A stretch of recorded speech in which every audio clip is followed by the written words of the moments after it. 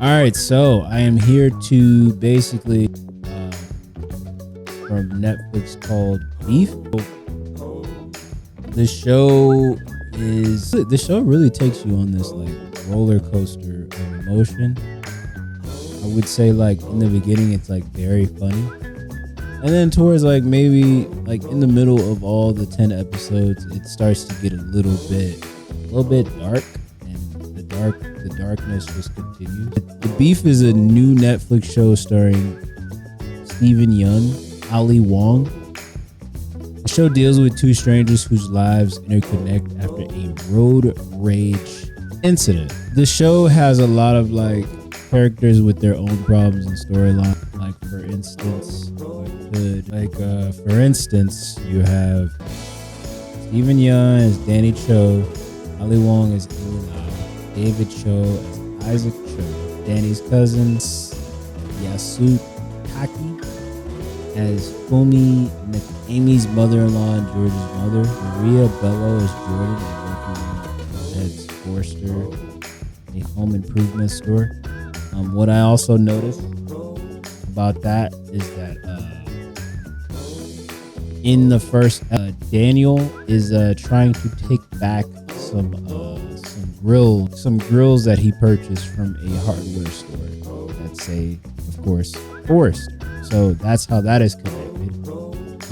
But back to the review. So this is basically like a dark comedy. A lot of like depression between the main character Danny and the character of Amy Lau. The writing is natural and human, making it relatable to everyone. I will say that it says like there are like 10 episodes that are like they're like 35 minutes each, right? I believe, yeah. Let me see here, because I wrote all this stuff. It's a well-acted, well-written comedy, dark comedy, in my opinion. This show is like, at the end of it all, like all the things that are happening in these 10 episodes are all like drifted back to road rage incident, which I couldn't for the life of me understand why somebody would like pick a whole fight with somebody and then let everything explode into different portals of just altercations because of this one incident. It's just like, I don't understand it to a certain degree. I didn't understand it to a certain degree. Like, why would somebody go this far just to get back at somebody? And this is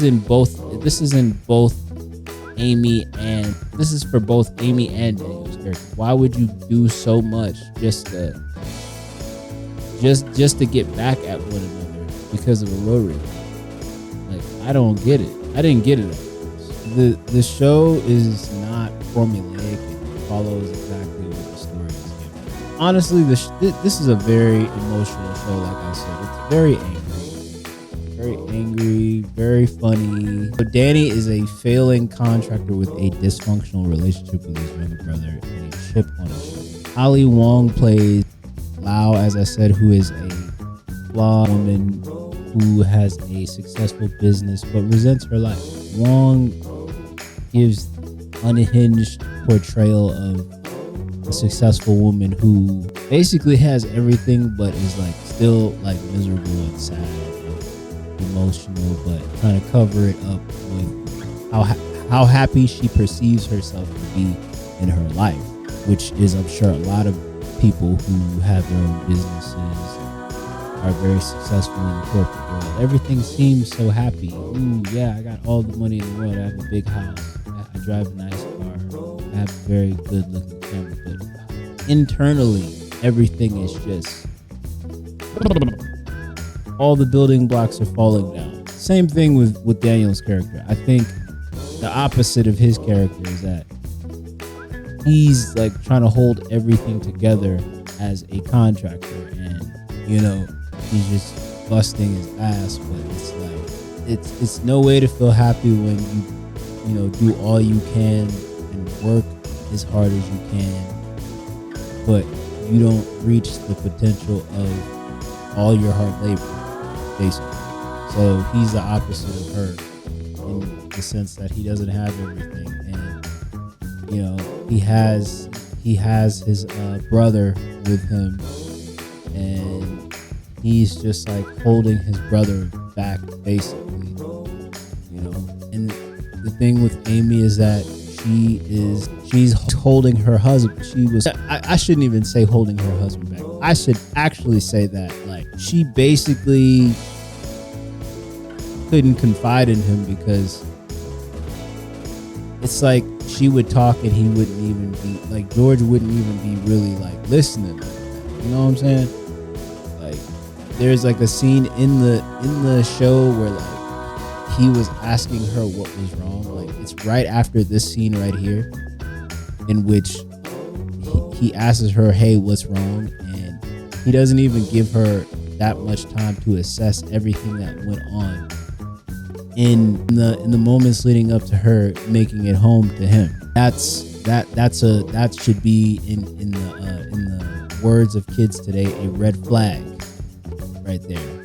That their marriage is like basically falling apart, and that in a sense I was right about that. After like 2 episodes, they are in fact in therapy, and she's basically revealing that, hey, our intimacy is not it. Our intimacy is not it, and you know, I'm not really feeling it as far as like me trying to open up to you because you don't really give me. I don't feel like you care enough. And then going back to Daniel, obviously he has tried to, you know what I'm saying, off himself with some grill. Crazy. All of it is just so crazy. And then not even to get on like, and then to even go further with his cousin, who's the cousin who just came home from prison and everything like that. He's hilarious. Like, I can't remember what his name was again. Back to what his name was. Isaac Cho. His cousin, like, bro, he's hilarious. I never thought I didn't think I would like this show that much. Because most of the time when it comes to like Netflix, sometimes they have shows that are just overhyped and it's just like, okay, it's just alright. It's not amazing, but I actually liked it. It wasn't that bad. It wasn't that bad of a show. I'd probably watch it again now that I have a keen sense of what's going on in the show, of course. And maybe if I go back to the show, I'll probably pick up on some other things that I actually like about it.